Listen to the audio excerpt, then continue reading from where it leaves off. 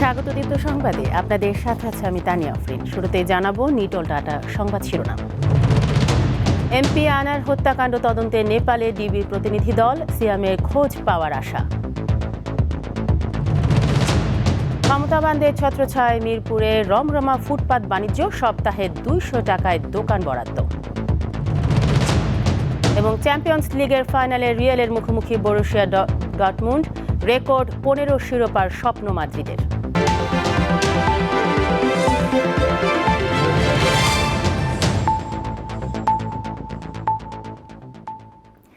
দেখছিলেন শিরোনাম, এবারে পুরো খবর।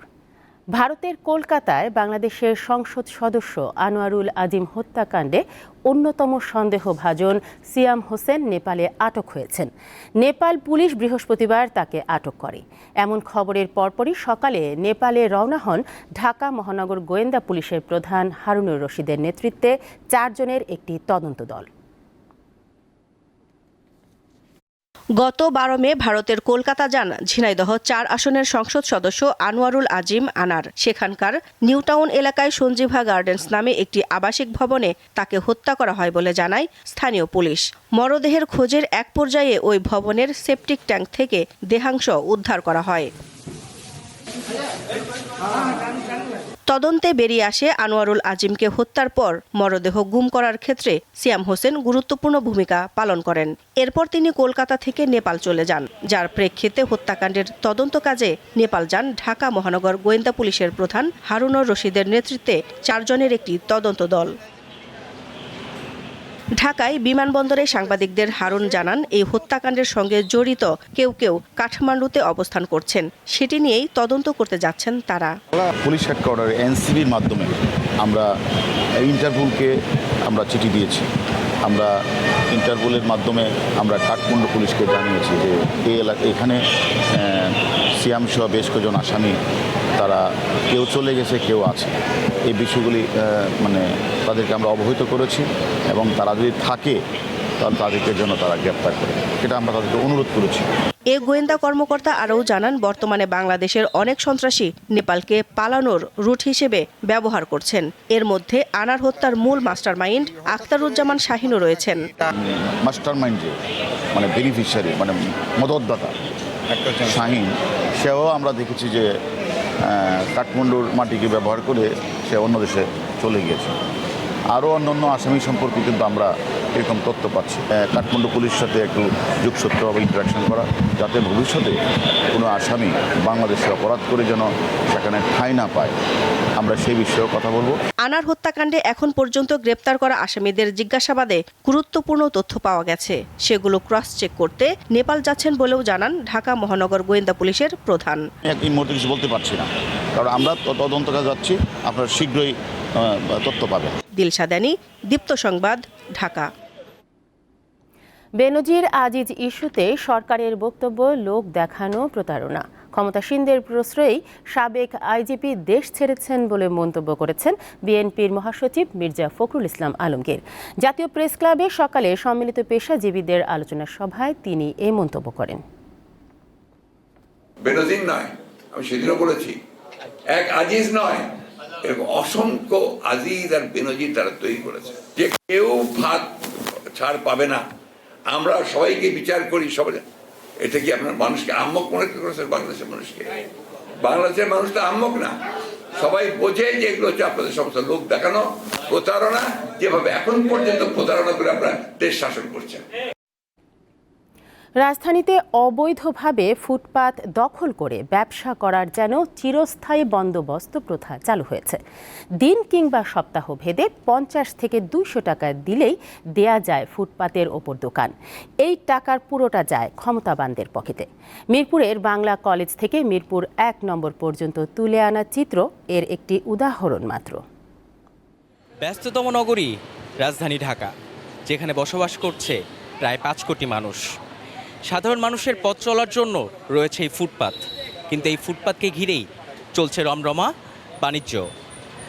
মিরপুর বাংলা কলেজ থেকে শুরু করে মিরপুর 1 নম্বর পর্যন্ত রাস্তার 2 পার্কে ঘিরে এই ফুটপাত দখলকেই দেখাবো আপনাদেরকে। মিরপুরের সরকারি বাংলা কলেজ থেকে মিরপুর ১ নম্বর এই ব্যস্ত সড়কের দুই পাশে রয়েছে প্রশস্ত ফুটপাত, কিন্তু এর অস্তিত্ব খুঁজে পাওয়া দায়। কি নেই এখানে? রয়েছে পিঠাপুলির দোকান, ভাতের হোটেল, চায়ের দোকান, সবজির দোকান, মাছ ও মুরগি বিক্রেতা। নেই শুধু পথচারীর নিরাপদে হেঁটে যাওয়ার ফুটপাতটুকু। রং সাইড দিয়ে রিক্সা চালাতে থাকে, আমরা এক দিক থেকে দেখে আসতেছি, ওরা আরেক দিক থেকে পিছন দিক থেকে এসে দেখা যাচ্ছে যে ধাক্কা মারছে। যদি আমি ফুটপাত দিয়ে হাঁটতাম তাহলে তো আর এই জিনিসটা হতো না। একটা স্কুল আছে, সকাল বিকাল এই ছেলেপেলেরা আইলে উপর দিয়ে হাঁটতে পারে না, এরা রাস্তা দিয়ে চলাচল করে। সবাইকে যেন ফুটপাতের উপর দোকান বসানোর চিরস্থায়ী বন্দোবস্ত দেয়া হয়েছে। কেউ কেউ তো বছরের পর বছর ফুটপাত দখল করে ব্যবসা করে আসছেন। বাবা এখানে ব্যবসা করতেছি অনেক দিন যাবতেই। কতদিন? 7 বছর। এনো 3-4 মাস ধরে করতেছি। কিন্তু সাধারণ এই মানুষগুলি চাইলেই কি ফুটপাতে দোকান দিতে পারেন? ক্ষমতাবান কারো সহায়তা ছাড়া আইন ভাঙার সেই সাহস কি তাদের রয়েছে? খোঁজ নিয়ে জানা গেল প্রতিটি দোকান থেকেই নেওয়া হয় চাঁদা। সেই চাঁদা তোলার জন্য রয়েছে লাইনম্যান। ডেলি দেওয়া লাগে 50, আর সপ্তাহে দেওয়া লাগে 200। নেয় হলো ফারুকে। ফারুকটা কি? ফারুকে এই লাইনের টাকা উঠায়, প্রতি দোকানই টাকা উঠায়। লইছি একজন নতুন কয়ে ঠেয়া রিকোয়েস্ট করিয়া। কাকে? কার কাছে রিকোয়েস্ট করছে?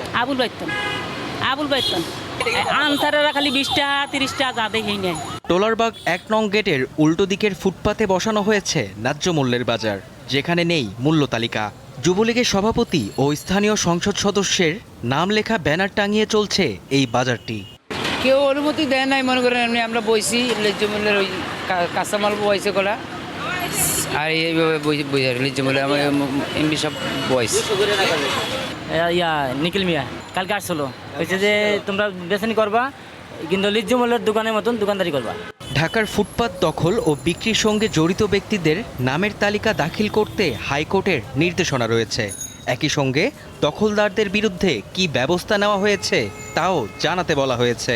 কিন্তু এই চিত্র দেখার পর মনে হয়, কে শোনে কার কথা? মেহেদী হাসান, দীপ্ত সংবাদ, ঢাকা।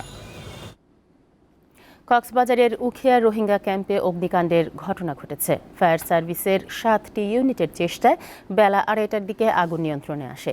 ক্ষয়ক্ষতির বিষয়ে এখনও বিস্তারিত কিছু জানা যায়নি। এর আগে শুক্রবার সকাল 10:30টার দিকে একই ক্যাম্পে ডি ব্লকে অগ্নিকাণ্ডের ঘটনা ঘটে। এতে ওই ক্যাম্পের 3 শতাধিক শেড পুড়ে যায়।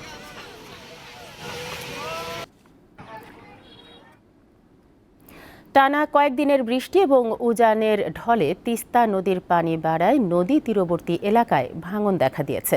সবচেয়ে বেশি ভাঙন দেখা দিয়েছে লালমনিরহাট জেলার মহিষখোঁচা ইউনিয়নের বাহাদুরপাড়া ও গরিবুল্লাপাড়া গ্রামে। এরই মধ্যে বেশ কয়েকটি বাড়ি নদী গর্ভে বিলীন হয়ে গেছে। জরুরি ভিত্তিতে ভাঙন রোধে উদ্যোগ নিতে সকালে মানববন্ধন করেছে এই 2 গ্রামের বাসিন্দারা।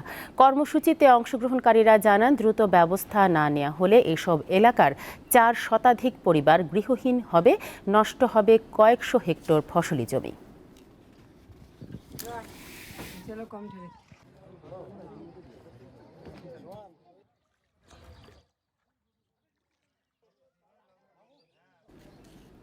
আন্তর্জাতিক প্রসঙ্গ। ভারতের লোকসভা নির্বাচনের 7ম ও শেষ দফার ভোট গ্রহণ চলছে। নির্বাচন কমিশনের তথ্য মতে দুপুর 1টা পর্যন্ত সারা দেশে ভোট পড়েছে 41%। ভোট গ্রহণ সকাল 7টায় শুরু হয়ে চলবে সন্ধ্যা 6টা পর্যন্ত। শেষ দফায় ভোট গ্রহণ হচ্ছে দেশটির 8টি রাজ্য ও কেন্দ্রশাসিত অঞ্চলের 57টি আসনে। এর মাধ্যমে ভারতের 543টি লোকসভা আসনেই ভোট নেওয়া সম্পন্ন হবে। এই ধাপে 904 জন প্রার্থীর ভাগ্য নির্ধারণ হবে। এর মধ্যে বিজেপির শীর্ষ নেতা প্রধানমন্ত্রী নরেন্দ্র মোদী তৃতীয়বারের জন্য সাংসদ নির্বাচিত হওয়ার লক্ষ্যে উত্তরপ্রদেশের বারাণসী কেন্দ্র থেকে প্রার্থী হয়েছেন মোদী। এই কেন্দ্রে তার প্রধান প্রতিপক্ষ কংগ্রেসের অজয় রায়। ফিলিস্তিনের গাজায় যুদ্ধ বন্ধে ইসরায়েলের নতুন প্রস্তাব মেনে নিতে হামাসের প্রতি আহ্বান জানিয়েছেন যুক্তরাষ্ট্রের প্রেসিডেন্ট জো বাইডেন। 3 পর্যায়ের নতুন এই প্রস্তাবে গাজায় পুরোপুরি যুদ্ধবিরতি কার্যকরের সুযোগ রয়েছে। গাজায় পূর্ণ যুদ্ধবিরতি প্রতিষ্ঠায় এই রূপরেখাকে ইতিবাচক হিসেবে বিবেচনা করার আশ্বাস দিয়েছে ফিলিস্তিনের স্বাধীনতাকামী সংগঠন হামাস।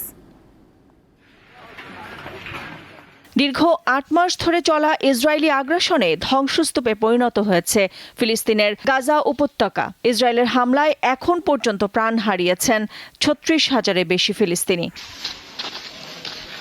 তবে এবার গাজায় যুদ্ধবিরতির জন্য ৩ পর্যায়ের একটি নতুন রূপরেখা তুলে ধরেন যুক্তরাষ্ট্রের প্রেসিডেন্ট জো বাইডেন, আর একে স্বাগত জানিয়েছে হামাস।